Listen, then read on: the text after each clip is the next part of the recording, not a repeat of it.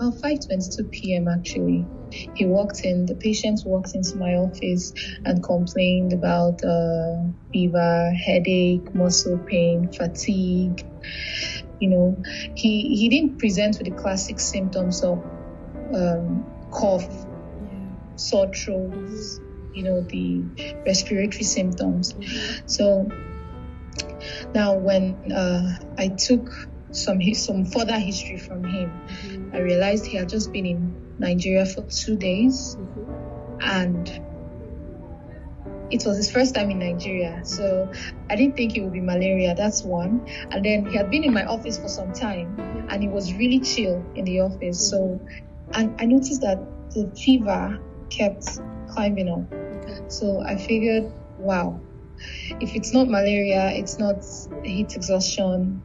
And the good thing is I'd had a couple of training from International SOS on the COVID-19 health emergency at the time.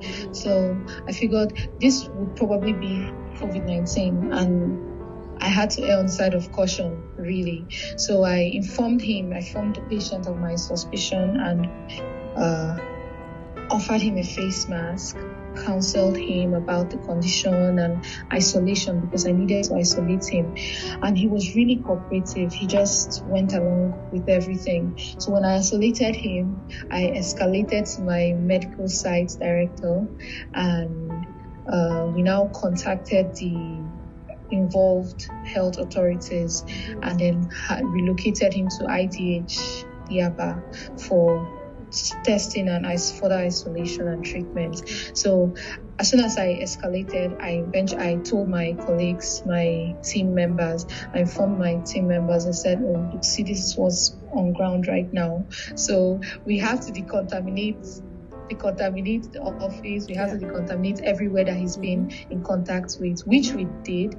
And then we protected ourselves, and then closed off that part of the clinic, and just started waiting for the results, really. Okay.